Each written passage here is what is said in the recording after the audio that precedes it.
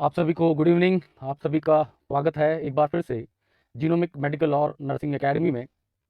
बिल्कुल राम मीणा, भूपेश, राजकुमार, मानवेंद्र, रवीना, हेमराज, तरुण, गजेश, राहुल, यदुवीर, स्वप्निल स्वप्निल आप सभी का एक बार फिर से हम जीनोमिक मेडिकल और नर्सिंग एकेडमी के अंदर स्वागत करते हैं। बिल्कुल मोनिका मीणा, संपत लोहार, खुशबू, दिनेश दिनेश भार्या, सभी का बहुत बहुत स्वागत है आप सभी का जीनोमिक मेडिकल और नर्सिंग एकेडमी में। देखिए, आप जिस कार्य के लिए यहाँ पर जुड़े हैं वो आप सब जानते हैं, सबकी जो मंजिल है।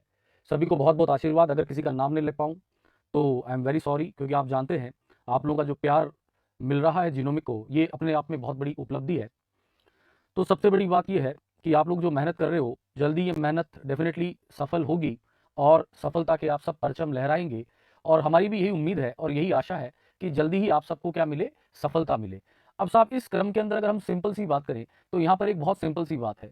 आपको ये डिफरेंस सीखना पड़ेगा कि आपका ऑनलाइन और ऑफलाइन अगर हम बात करें तो एक सिंपल सी चीज़ है। एक डिफरेंस जो समझना पड़ेगा वो ये है कि जो आप नॉर्सेट की तैयारी करते हैं तो वहां पर हम पूरा कंप्लीट डिटेलिंग के अंदर जाते हैं।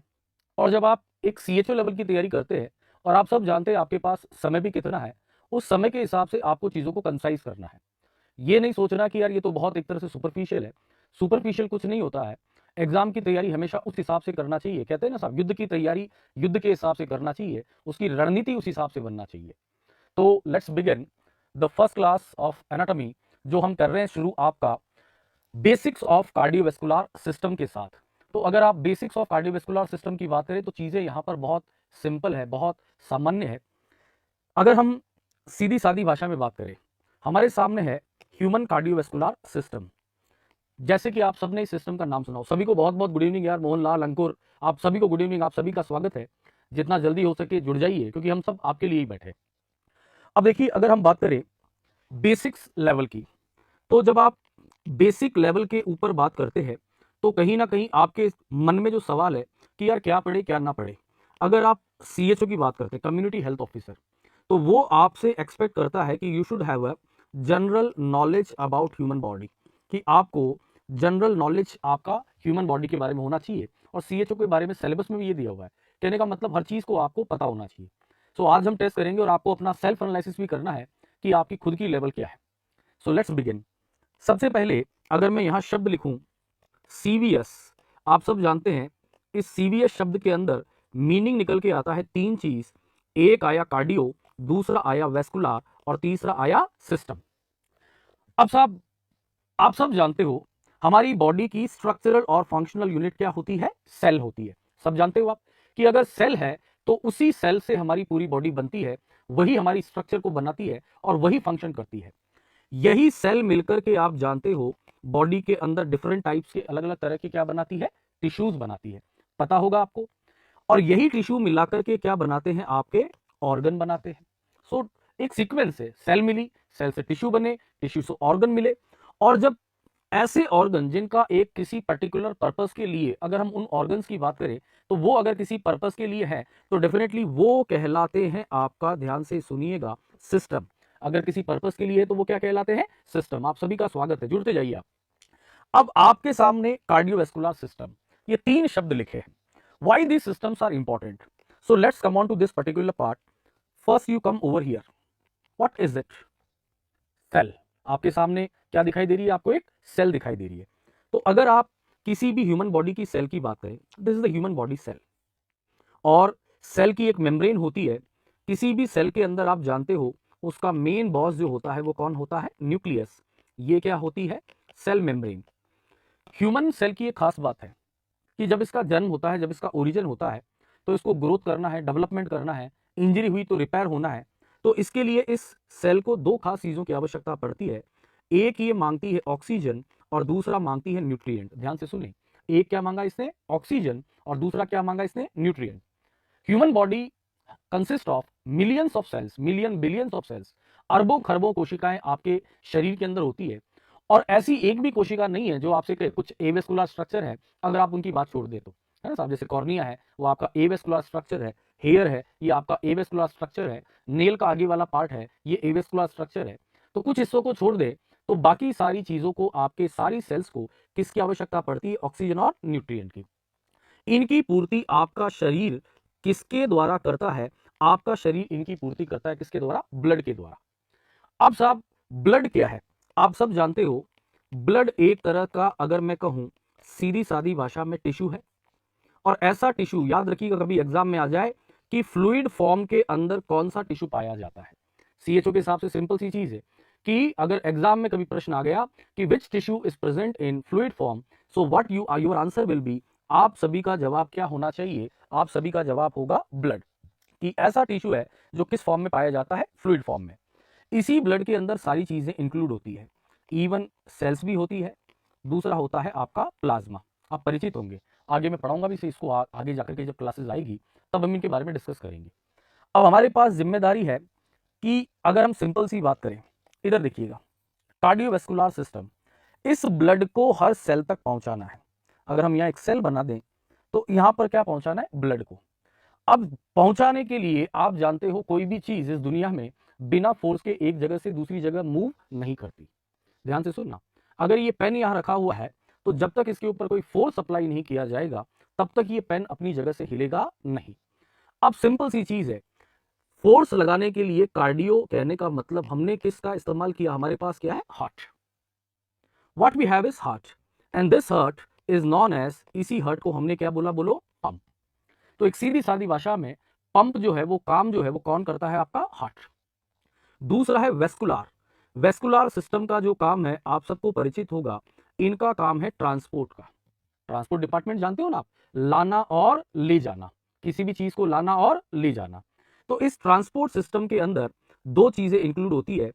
पहला अगर मैं कहूं, ये ट्रांसपोर्ट किया जाता है किसके द्वारा? ब्लड वेसल्स के द्वारा। ध्यान से सुना कि ट्रांसपोर्टेशन नेटवर्क मेनली किसके द्वारा किया जाता है? ब्लड वेसल्स के द्वारा। हालांकि लिम्फ वेसल भी होती है, लेकिन मेन ट्रांसपोर्टेशन का काम कौन करता है? आपका ब्लड वेसल्स करती है। अब साहब सीएचओ के हिसाब से दो चीज याद रखना, अगर आपके सामने, बहुत ध्यान से सुनना, कोई आपसे पूछे बेसिक ब्लड वेसल क्या होती है, तो आपको दो वर्ड याद रखने हैं। एक होती है आपकी आर्टरी। जो डेफिनेशन आपके दिमाग में है उसे कभी इस्तेमाल मत करना, क्योंकि आपके दिमाग में होगा कि जो ऑक्सीजनेटेड ब्लड लेके जाती है। ये पूरा टाइम पुराना हो गया, ट्रेंड पुराना हो गया। आर्टरी के लिए आपको क्या शब्द यूज करना है, अभी हार्ट के साथ भी मैं आपको समझाऊंगा। A simple word which carry blood away from heart, जो खून को दिल से दूर लेके जाए उसे हम क्या कहते हैं? आर्टरी। एक्सेप्ट नॉर्मल ह्यूमन के अंदर एक्सेप्शन में आता है आपका पल्मोनरी आर्टरी। क्यों एक्सेप्शन में? क्यों? क्योंकि यहां एक वर्ड लिख रहा हूं मैं, मोस्ट ऑफ द आर्टरीज, ज्यादातर जो आर्टरीज है, most of the arteries carry, कैसा ब्लड लेके जाती है ज्यादातर आर्टरी? Oxygenated blood. ज्यादातर आर्टरीज कैसा ब्लड लेके जाती है? Oxygenated blood. लेकिन हमारे सामने एक्सेप्शन है, और उस एक्सेप्शन में हमारे सामने आती है कौन सी? आपकी पल्मोनरी आर्टरी, क्योंकि ये आर्टरी होने के बावजूद कैसा ब्लड लेके जाती है? डीऑक्सीनेटेड। यही अगर कोई आपसे पूछे, शब्द चेंज करे और आपके सामने जवाब दे वेन क्या होती है, सीधी सादी भाषा में आपको याद रखना है विच कैरी, जो कैसा ब्लड लेके जाती है? Deoxygenated blood. कैसा ब्लड लेके जाती है? Deoxygenated blood. दूसरा खास चीज, carry blood away from heart. ध्यान से सुनिएगा, एक ऐसी ब्लड वेसल जो खून को हमारे हार्ट से दूर लेके जाए वो कहलाती है आर्टरी, और जो खून को हमारे हार्ट की ओर लेके आए वो क्या कहलाती है? वेन। और इसके अंदर भी एक्सेप्शन है, याद रखना। अगर सिंपल बेसिक क्वेश्चन आया और उसने एक्सेप्शन पूछा तो आपको क्या जवाब देना है? Pulmonary vein. यही आपके फीटल सर्कुलेशन में उल्टा होता है, अम्लाइकल वेन ऑक्सीजनेटेड ब्लड लेके आती है और आर्टरी कैसा? डीऑक्सीजनेटेड। तो वहां पर भी आपको ये फीटल सर्कुलेशन के समय आप पढ़ोगे आगे जाकर के, ये हुआ हमारा आर्टरी और वेन। बिल्कुल बेसिक से याद रखना है, डिटेलिंग में जाने की आपको कोई आवश्यकता नहीं है। अब आते हैं हम हमारे हार्ट के बेसिक्स के ऊपर। ध्यान से सुनिएगा, हार्ट के बेसिक्स के ऊपर पहला पॉइंट, सिचुएशन। आपका जो हार्ट होता है ये कहां पाया जाता है? इधर ध्यान से देखिएगा, इस तरह से आपकी थोरैसिक कैविटी होती है, सामने स्टर्नम बोन्स होती है, यहां पर आपका पहली क्लेविकल बोन जुड़ती है, पहली रिब जुड़ती है, दूसरी रिब जुड़ती है, थर्ड, फोर्थ, फिफ्थ, सिक्स्थ और सेवेंथ। बिल्कुल सीएचओ के हिसाब से बेसिक क्वेश्चन है, तो इसको ध्यान दीजिएगा, ध्यान से सुनना। रिब्स के बीच के स्पेस को हम कहते हैं इंटरकॉस्टल स्पेस। क्या कहते हैं? Intercostal space. अब आपके हार्ट के अंदर अगर हम बात करें, इसके पीछे कैविटी है जिसको कहते हैं थोरासिक कैविटी। थोरासिक कैविटी का ज्यादातर हिस्सा मैं डॉट लाइंस में बना रहा हूं, ये आपका ऑक्यूपाई करता है, कौन ऑक्यूपाई करता है? आपके lungs. Most of the area of thoracic cavity is occupied by the lungs. अब हमारे लिए एग्जाम के हिसाब से क्या इंपॉर्टेंट चीजें हैं, ध्यान से सुनना। आपका हार्ट सेकेंड रिब से स्टार्ट होता है और जाता है कौन से नंबर की रिब तक? सिक्स्थ नंबर की रिब तक। ध्यान से सुना। सिचुएशन कहां है? पहली बेसिक सिचुएशन आपका थोरासिक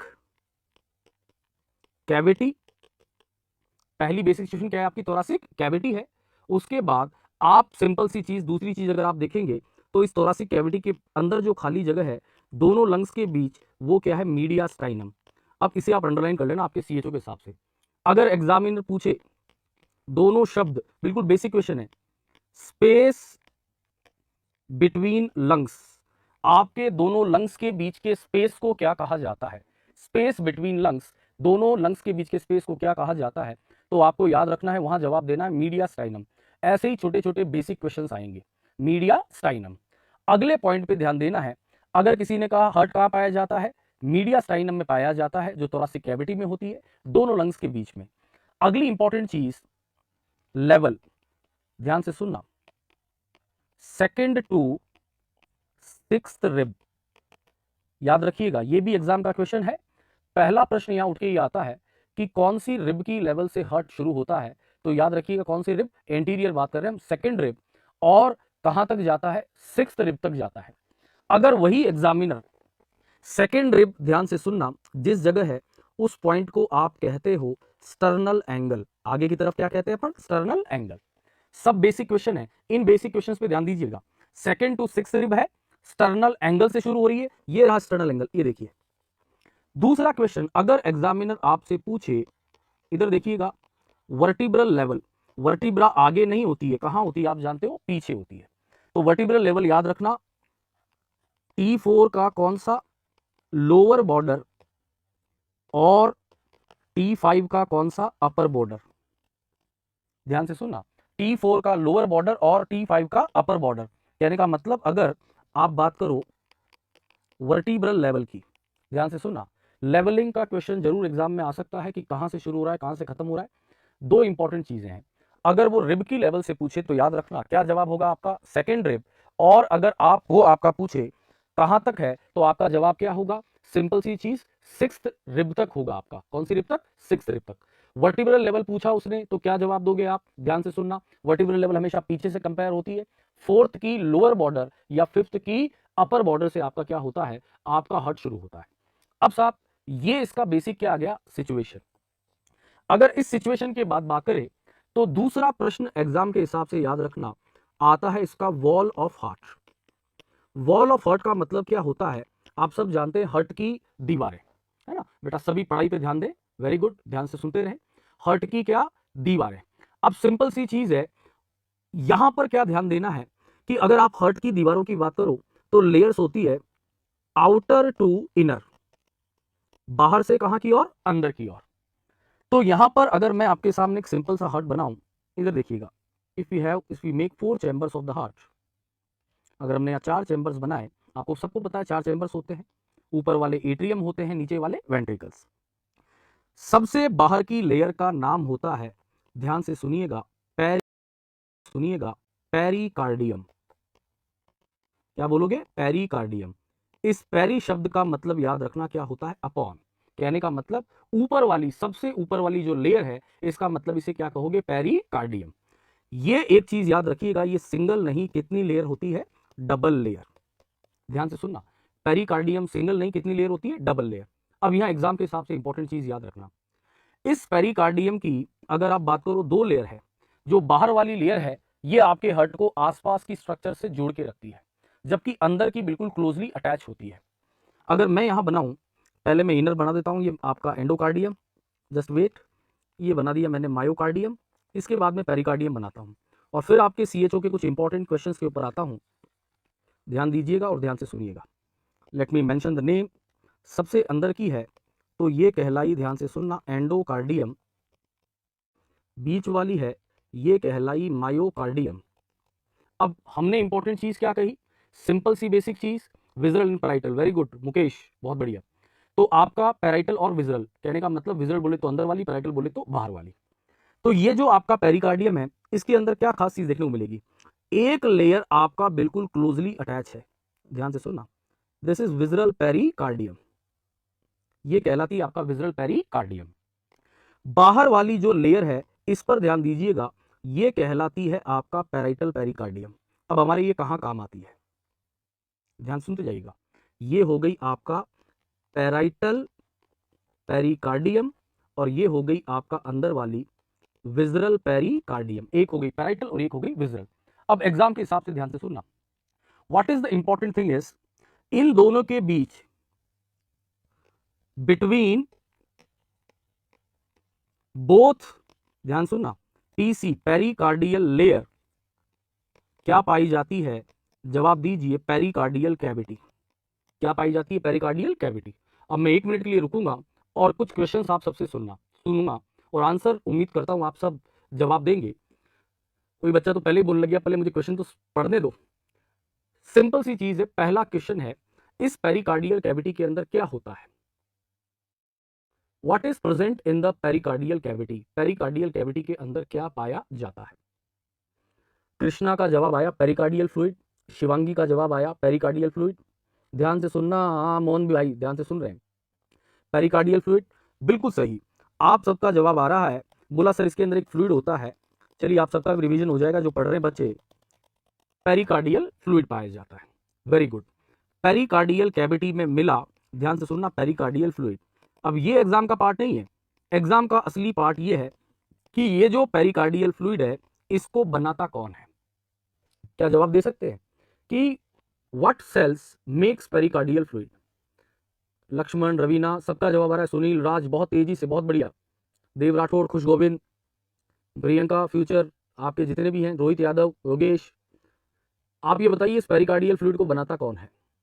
कोई 5 से 15 बोल रहा है, कौन बनाता है, मुझे सेल्स का नाम चाहिए जो सेल्स बनाती है। सबका जवाब अभी तक पेरिकार्डियल फ्लूइड आ रहा है।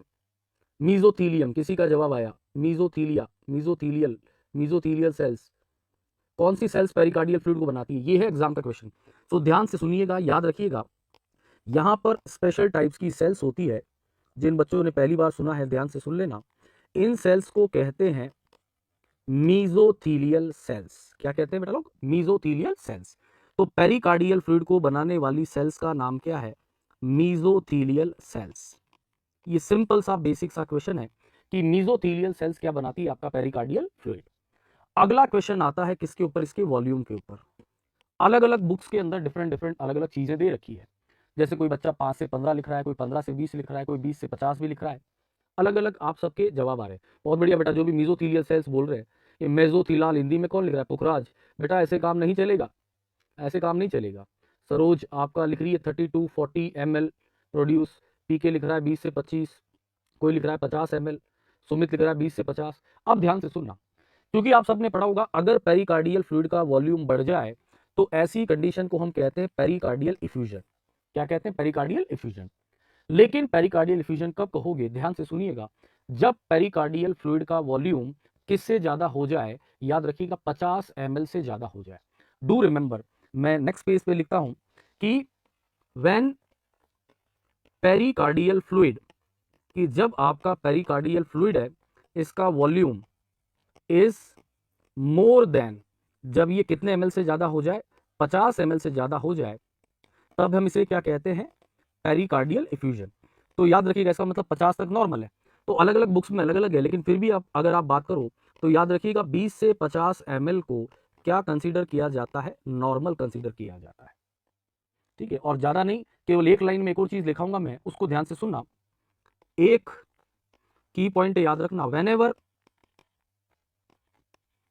पेरिकार्डियल फ्लूइड, जब जब पेरिकार्डियल फ्लूइड का वॉल्यूम क्या होता है, इंक्रीज होता है। ध्यान से सुनना, बहुत बेसिक चीज है। पेरिकार्डियल फ्लूइड का वॉल्यूम जब जब बढ़ता है, याद रखना, ANP full form atrial natriuretic polypeptide is secreted by, कौन सेक्रेट करता है इसको, राइट एट्रियम। और ये ANP क्या करता है, डिक्रीज पेरिकार्डियल फ्लूइड वॉल्यूम, है ना। इसकी अपनी अलग मैकेनिज्म है, बट जैसे हम डिस्कस कर रहे हैं, we are not going to the detail, हम डिटेल के अंदर जा नहीं रहे। तो वहां पर अगर बेसिक क्वेश्चन पूछे कि अगर पेरिकार्डियल फ्लूइड वॉल्यूम बढ़ गया है तो विच हार्मोन इज सेक्रेटेड, तो जवाब आएगा ANP। और अगर पूछा जाए कहां से आता है, मेनली एट्रियम, और एट्रियम में कहां से, राइट एट्रियम से आपका इसका क्या होता है, सेक्रेशन होता है। So do remember about it. तो इसके बारे में क्या रखना है, इसको आपको याद रखना है। अगर आप बात करें सेकेंड लेयर की, if you talk about the next layer pericardium, second layer आपका आती है सबसे थिकेस्ट लेयर, जो कौन सी है, मायोकार्डियम। यही आपके हार्ट का क्या बनाती है, मेन पूरा वॉल बनाती है। एंडोकार्डियम आपका क्या होती है, इनर लेयर होती है। याद रखना, अगर मैं शब्द लिखूं एंडोकार्डियम, एंडो शब्द का मतलब होता है विद इन, कहने का मतलब अंदर। CHO के हिसाब से एक सिंपल सी चीज अगर एग्जाम में आ जाए तो याद रखिएगा, it is made up of, endocardium किसकी बनी होती है, अगर एग्जाम में आ जाए तो याद रखना, सिंपल स्क्वेमस एपिथेलियम। याद होगा बच्चा आप लोगों को कि एंडोकार्डियम किसकी बनी होती है, पता है ना आपको, बिल्कुल मोहम्मद शमीम, ये सिंपल ही है यार। अगर डिटेल में जाओगे तो आप, अगर जिनोमी के ऑनलाइन ऐप पे जाओगे या ऑफलाइन क्लासेस में आओगे तो अपने आप पता लगेगा कि यहाँ तक पहुंचने में कितना समय लगता है ना। तो वो उस में आपको हम फंसा नहीं रहे, आप निश्चिंत रहें। हम केवल उन्हीं पार्ट पे फोकस कर रहे हैं जो आपके CHO और बेसिक्स के हिसाब से इंपॉर्टेंट है।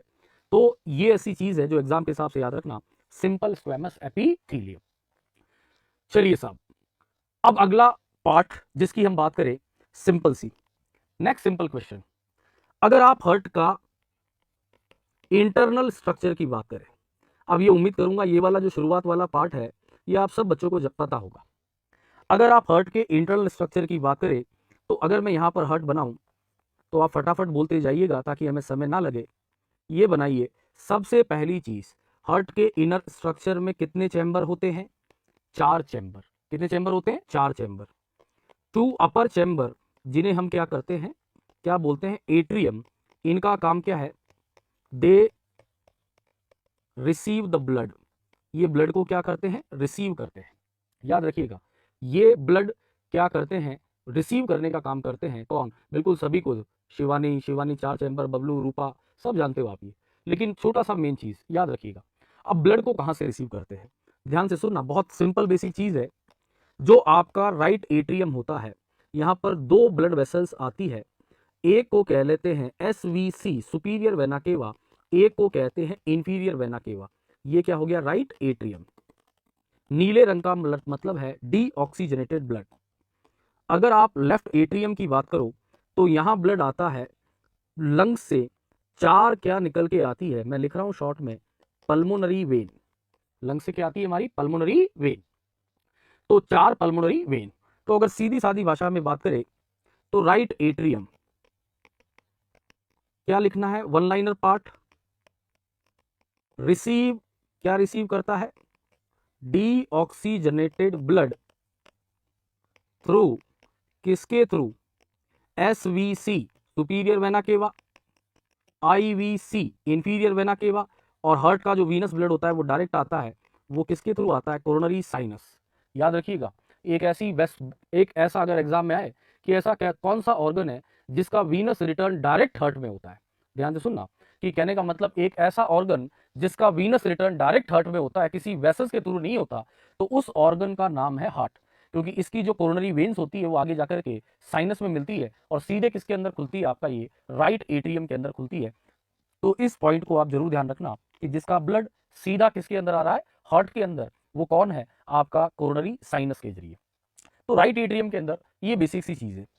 अगर आप बात करें लेफ्ट एट्रियम की तो बिल्कुल बेसिक याद रखना। देखिए, आप जानते हो शरीर की कोशिकाओं को ऑक्सीनेटेड ब्लड चाहिए ऑक्सीजन की फैक्ट्री है लंग्स, क्योंकि लंग्स के बिना शरीर के अंदर ऑक्सीजन आ ही नहीं सकती। तो लंग्स से जो भी ब्लड हार्ट की ओर आता है, अब चूंकि ब्लड आ रहा है तो हम वेन ही कहेंगे, तो वो किसके जरिए आता है? पल्मोनरी वेन्स के जरिए। तो सिंपल सी चीज, हर लंग से 2 पल्मोनरी वेन निकलती है।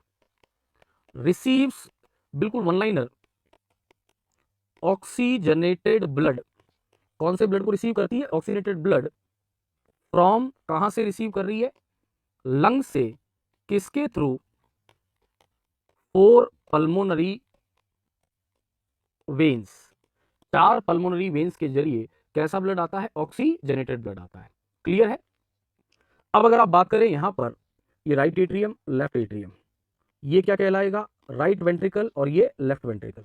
अभी वाल्व की बात करेंगे तो इधर ध्यान से सुनिएगा, यहां पर डीऑक्सीनेटेड ब्लड आने के बाद एक ब्लड वेसल्स निकलती है जो हार्ट से दूर जा रही है, और ये और कहीं नहीं जा रही, लंग्स तक जा रही है, तो ये कहलाती है पल्मोनरी आर्टरी। क्या कहलाती है ये? Pulmonary artery. तो पल्मोनरी आर्टरी कैसा ब्लड लेके जा रही है? डीऑक्सीजनेटेड, और ये कहां लेके जा रही है? आपका लंग्स में लेके जा रही है, ताकि उसमें से क्या निकाली जा सके? CO2, और क्या ऐड की जा सके? O2, जो इसके थ्रू आती है। वहीं अगर आप लेफ्ट वेंट्रिकल की बात करो तो यहां से निकलने वाली ब्लड वेसल का नाम है AORTA। ये अयोटा आपका ब्लड कहां लेके जाता है? आपकी बॉडी के अंदर। ध्यान से सुनना, अगर मैं एक सिंपल सा वर्ड कहूं कि राइट वेंट्रिकल से क्या निकली, अगर हम ऐसे लिखें, पल्मोनरी आर्टरी निकली, ये ब्लड को कहां लेके जाती है? याद रखना, ये ब्लड को लेके जाती है पल्मोनरी सर्कुलेशन में, और ब्लड कैसा है? Deoxygenated, deoxygenated. क्लियर है? डीऑक्सीजनेटेड। सेम ऐसे ही अगर मैं बात करूं लेफ्ट वेंट्रिकल की, यहां से निकलता है अयोटा, ये जो ब्लड है ये जाता है आपके पूरी बॉडी के अंदर, और उसे हम क्या कहते हैं? Systemic circulation. और सिस्टम्स के अंदर जो ब्लड जाता है वो कैसा जाता है? ऑक्सीजनेटेड। पता होगा आपको, पल्मोनरी आर्टरी, पल्मोनरी सर्कुलेशन। एक तीसरे सर्कुलेशन का टाइप और है, तीसरे सर्कुलेशन का जो टाइप है वो कहलाता है आपका पोर्टल सर्कुलेशन। कौन सर्कुलेशन? पोर्टल। लेकिन उसके बारे में जब हम रीनल सिस्टम के बारे में बात करेंगे तब हम डेफिनेटली उसके बारे में डिस्कस करेंगे कि वो होता क्या है। That is the portal circulation. तो यहां पर एक पल्मोनरी सर्कुलेशन हो गया, और ये क्या हो गया? Systemic circulation. अब साहब फिर से अगर थोड़ा सा बड़ा हार्ट में यहां बनाऊं, चारों चैम्बर्स के डिस्कशन के बाद अब यहां कुछ सिंपल सी चीजें आती है। ध्यान से सुनना, यहां हमने बना दिया पल्मोनरी आर्टरी, इधर बना दिया मैंने अयोटा, और अब इधर मैं बना रहा हूं, ध्यान से सुनिएगा, वाल्व्स। अब साहब वाल्व नामक शब्द का मतलब क्या होता है? लिसन केयरफुली, ये छोटी छोटी बेसिक चीजें हैं। वाल्व क्या है? एक तरह की कैसी स्ट्रक्चर है? मैकेनिकल स्ट्रक्चर है। याद रखना, what is valve? Valve is a mechanical structure. Lokesh बेटा, सिंपल सी चीज है, राइट वेंट्रिकल से डीऑक्सीनेटेड ब्लड जाता है, जिस कहने का मतलब जिसमें CO2 है, क्योंकि राइट एट्रियम में पूरी बॉडी का ब्लड आता है, तो वो ऑक्सीजन इस्तेमाल हो चुकी है। तो लंग्स में क्यों भेज रहे हैं लोकेश? ताकि उसमें से क्या निकल जाए?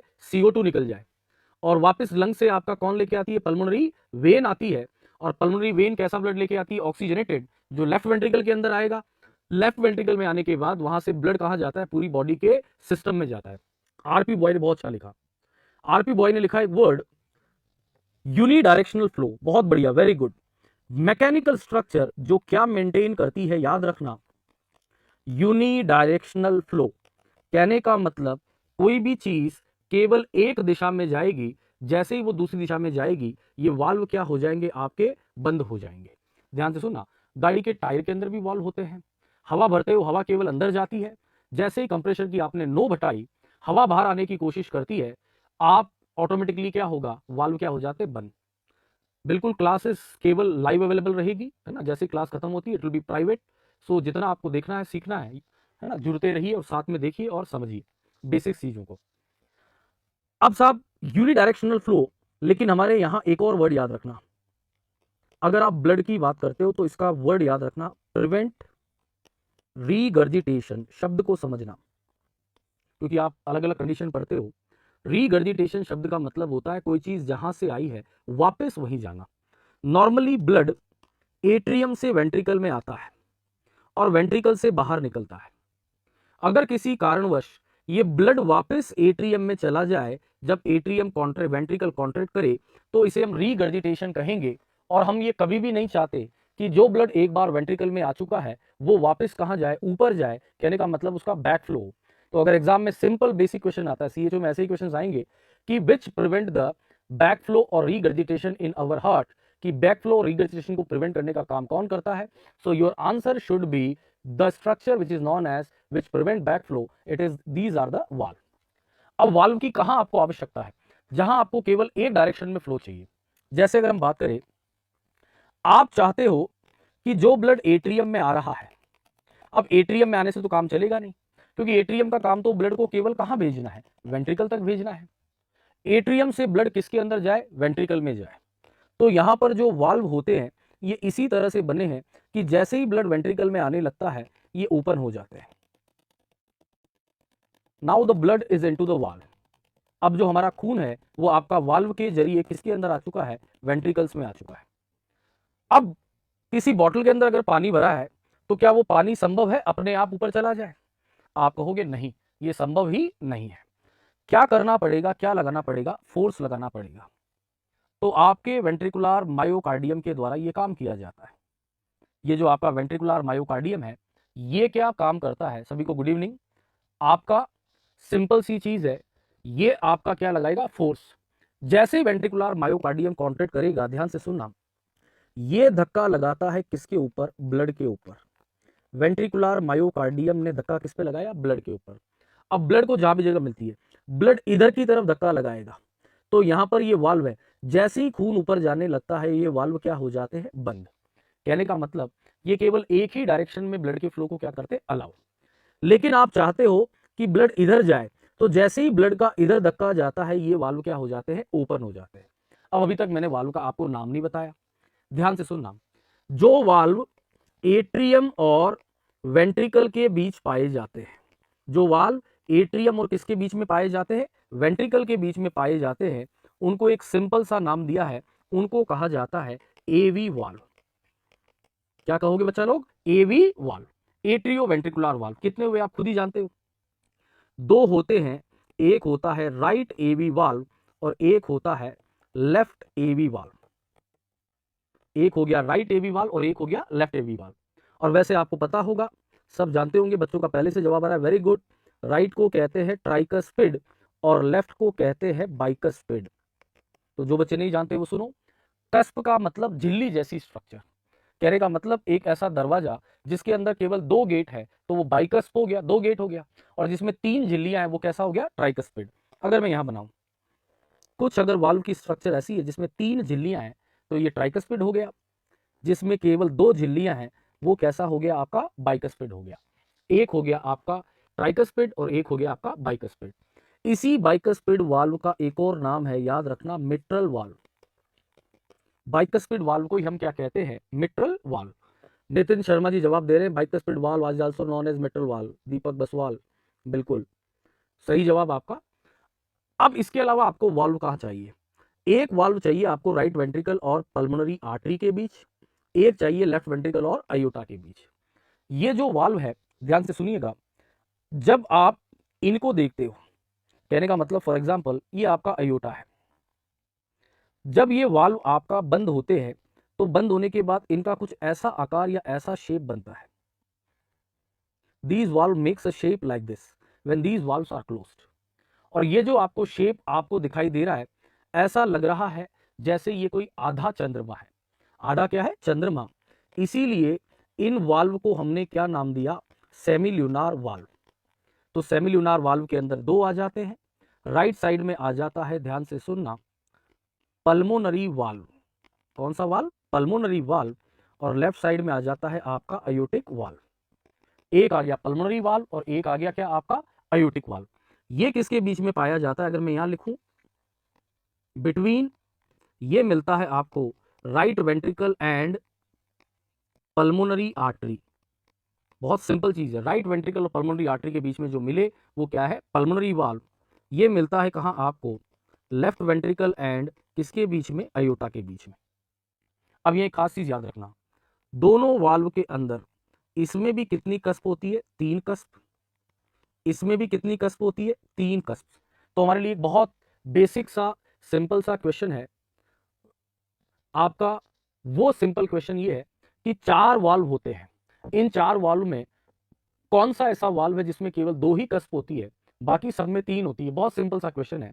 तो इसका जवाब क्या आएगा, मिट्रल वाल्व या बाइकस्पिड वाल्व एकमात्र ऐसा वाल्व है जिसके द्वारा आपका नॉर्मली आप कह सकते हो कि केवल कितनी कस्प होती है, जिसमें 2 कस्प होती है, बाकी सब में कितनी होती है, 3 कस्प होती है। पल्मोनरी वाल्व के बारे में एक सिंपल सा पॉइंट और याद रखिएगा, इसे हम कहते हैं स्मॉलेस्ट वाल्व। सबसे छोटा वाल्व जो है वो आपका कौन सा वाल्व है, आपका पल्मोनरी वाल्व। बिल्कुल, ये सेमिल्यूनार के अंदर ही आते हैं, एक पल्मोनरी और आयोटिक। तो अगर कोई सबसे छोटा पूछे तो आप क्या जवाब दोगे, स्मॉलेस्ट। अगर वाल्व पूछा तो जवाब दोगे क्या आप, सिंपल सी चीज, आपका pulmonary valve. So do remember about it कि ये पल्मोनरी वाल्व होता है। अब यहां एक इंपॉर्टेंट चीज, फिर से अगर मैं हर्ट का डायग्राम बनाऊं, now this is one more interesting thing. ऊपर एट्रियम, नीचे वेंट्रिकल्स। थोड़ा सा ध्यान से सुनिएगा, जो नए बच्चे हैं और जो पहले से पढ़ चुके हैं वो अपने नॉलेज को दोबारा रिवाइज करने की कोशिश कीजिए। इधर हो गया aorta, here comes pulmonary artery. एक तरफ अयोटा है और एक तरफ क्या है, आपकी पल्मोनरी आर्टरी है। अब यहाँ एक सिंपल बेसिक सी चीज है, ध्यान से सुनना।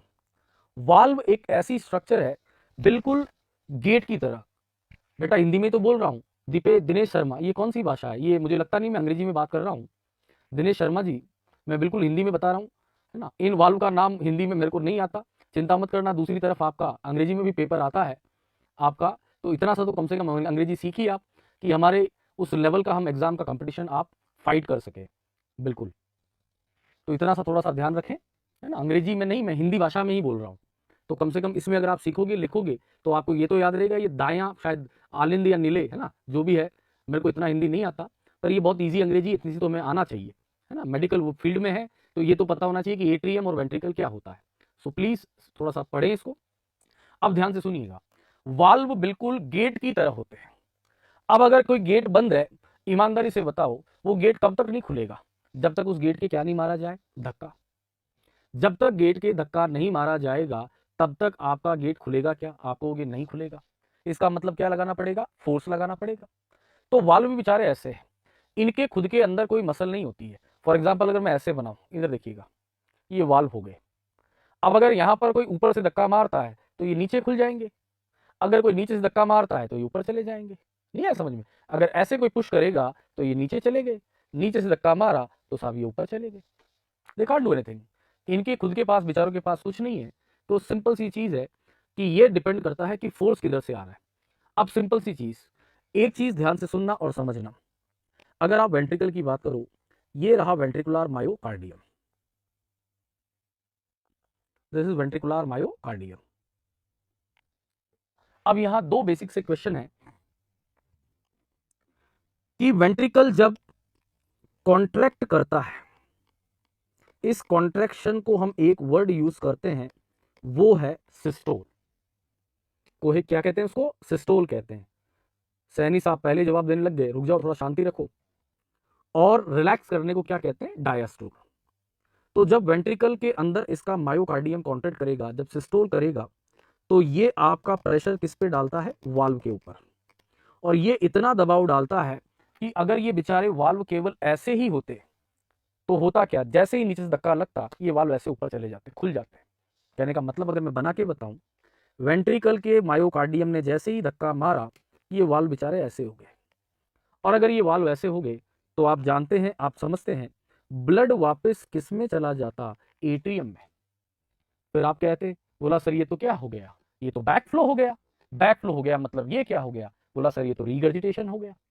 क्या आप रीगर्जिटेशन चाहते हो, आप चाहते हो कि ब्लड इधर नहीं इधर जाए। अब वाल्व कहता है मैं क्या करूं, धक्का मार रहा है तो साहब मेरे अगर धक्का लगेगा तो मेरे अंदर इतनी पावर ही नहीं है कि मैं इसे रोक सकूं। तो शरीर के अंदर एक खास स्ट्रक्चर होती है, ध्यान से सुनिएगा। अगर ये वाल्व है, लिसन केयरफुली, ये वाल्व बना है आपके वेंट्रिकुलर मायोकार्डियम के अंदर की तरफ, बिल्कुल जीभ के जैसी स्ट्रक्चर, इधर देखिएगा मैंने बनाई, जीभ के पॉइंटेड पार्ट को पैपिला, एक तरह से होते हैं ना, पैपिलेज होते हैं, पैपिले ऐसी स्ट्रक्चर होती है। इस स्ट्रक्चर को नाम दिया है, ध्यान से सुनना, पैपिलरी मसल्स। क्या नाम दिया इसको? Papillary muscle. क्या नाम दिया? Papillary muscle. अब मसल वॉल से जुड़ी हुई है। ये पैपिलरी मसल क्या करती है, एक खास तरह का, शरीर में एक वर्ड याद रखना, अगर मैं यहां लिख रहा हूं टेंडन। टेंडन एक ऐसी स्ट्रक्चर है जो किसके जैसी होती है? Cord like. हिंदी वाले भी सुन ले बेटा, किसके जैसी? रस्सी जैसी स्ट्रक्चर। कैसी स्ट्रक्चर होती है? रस्सी जैसी स्ट्रक्चर। पहले जवाब देने लगे, मुझे पता है तुम सब ढेर होशियार हो। तो रस्सी जैसी स्ट्रक्चर, कॉर्ड लाइक स्ट्रक्चर होती है, जिसे हम क्या कहते हैं? टेंडन। नॉर्मली टेंडन, ध्यान से सुनना, मसल को बोन से जोड़ता है। जैसे आप मेरे हाथ के पीछे देख रहे हैं, ये जो आपको दिखाई दे रहा है ये टेंडन है। अगर आप यहां भी देखेंगे तो यहां पर भी एक टेंडन है, ये बाइसेप्स मसल का है। आप अगर इसको खुद को टच करेंगे तो आपको खुद को फील हो जाएगा कि this is the tendon of biceps muscle. तो टेंडन नॉर्मली क्या करता है? मसल को किससे जोड़ता है? बोन से जोड़ता है। तो मसल को बोन से जोड़ने का काम कौन करता है? आपका टेंडन करता है। तो यहां पर भी इस मसल को, अब यहां हड्डी से नहीं जोड़ना, इस मसल को जोड़ना है आपका किससे? वाल्व से। ये जोड़ दिया सर। अब ये क्या है? टेंडन किसके जैसा दिख रहा है? रस्सी के जैसा।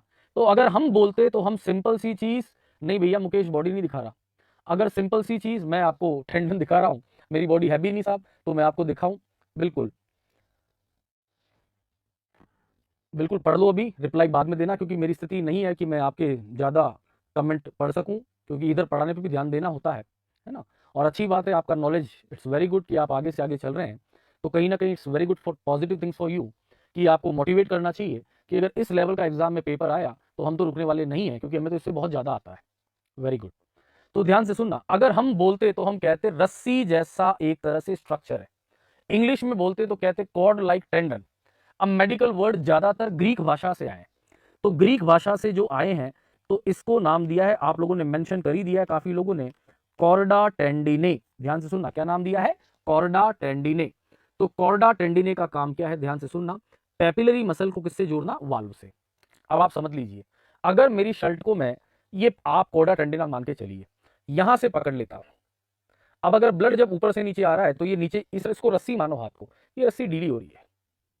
अब जैसे ही ब्लड को आपका पंप किया जाएगा वेंट्रिकल के द्वारा, ये वाल्व जैसे ही ऊपर गया, इस जगह ये रस्सी पूरी टाइट हो गई। अब अगर ये पूरी टाइट हो गई तो अब ये उससे ऊपर नहीं जा सकती। तो इसका मतलब ये जो कॉर्डा टेंडिनाई और पेपिलरी मसल है, ये एक यूनिट है।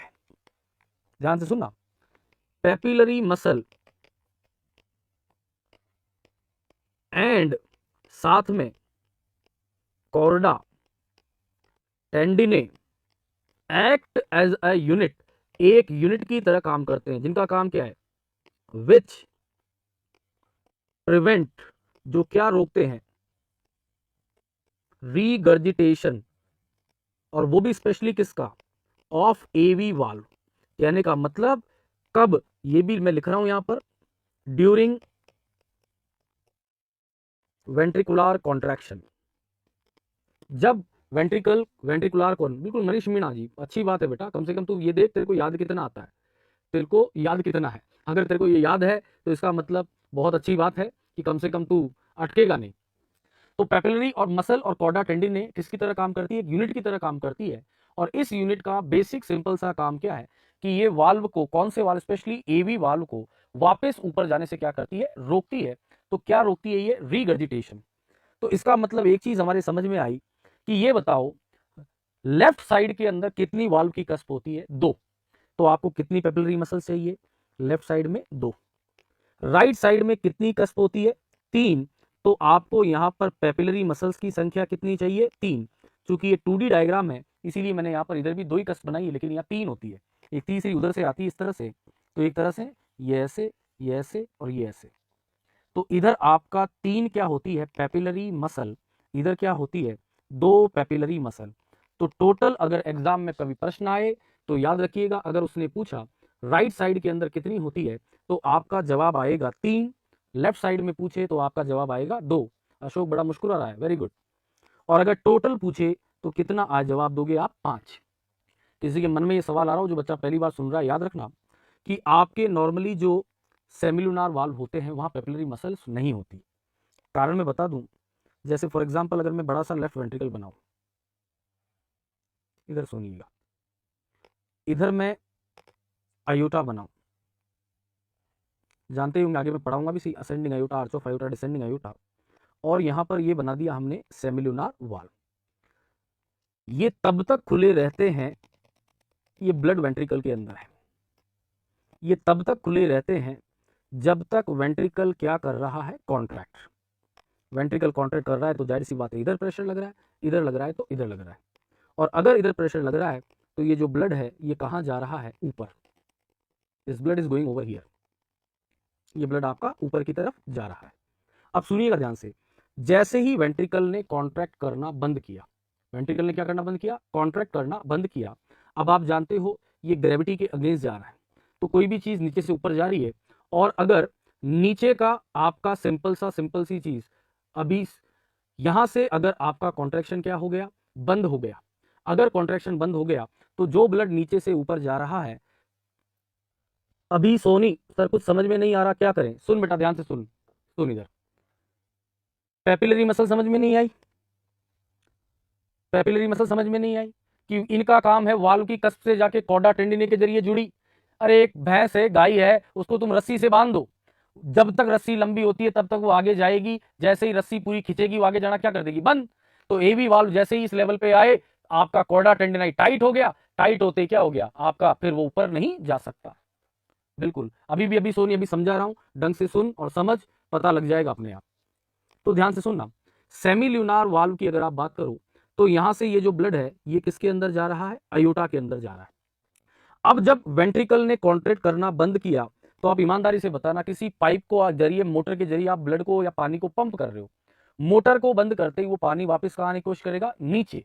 लेकिन जब वो पानी नीचे आ रहा है तो उसके ऊपर कोई दबाव नहीं डाल रहा, कोई दबाव नहीं डाल रहा। अब ये जो ब्लड है ये जो नीचे आने की कोशिश कर रहा है, ध्यान से सुनना, ये कहां आने की कोशिश करेगा, वेंट्रिकल में।